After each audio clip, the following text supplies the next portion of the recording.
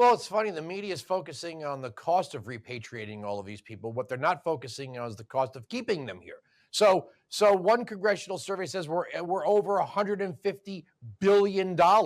If the estimate is 80 billion to deport them, well, then that's kind of a bargain versus building them free homes, sending their kids to overcrowded schools, giving them access to Obamacare and in-state tuition, among other things that Americans have to struggle to afford.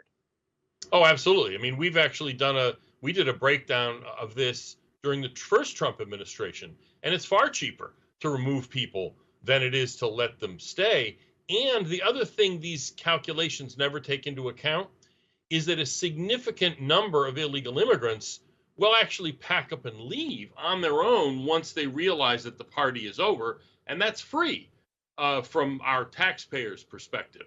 So these are just scare tactics to make people somehow think that we have to that there's a ratchet effect, that this administration let in all these illegals, and we just need to shrug our shoulders and just accept it.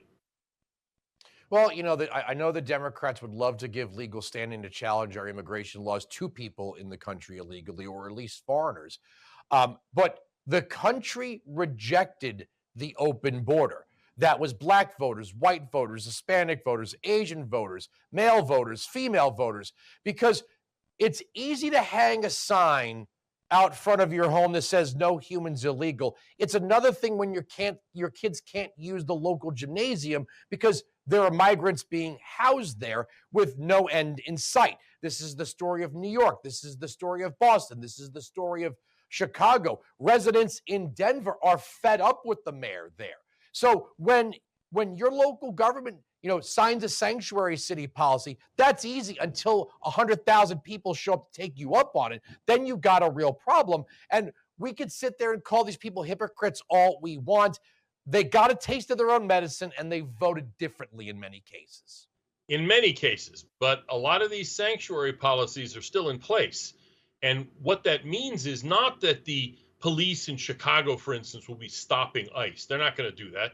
The cops are normal law enforcement people. And if anybody tries, they'll be arrested because they'd be interfering with a federal officer.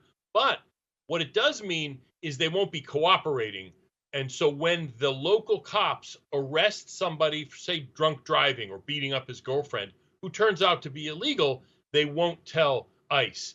And so only when the citizens of these cities get fed up enough to change those policies will I be convinced that what you're describing really is going to make a difference.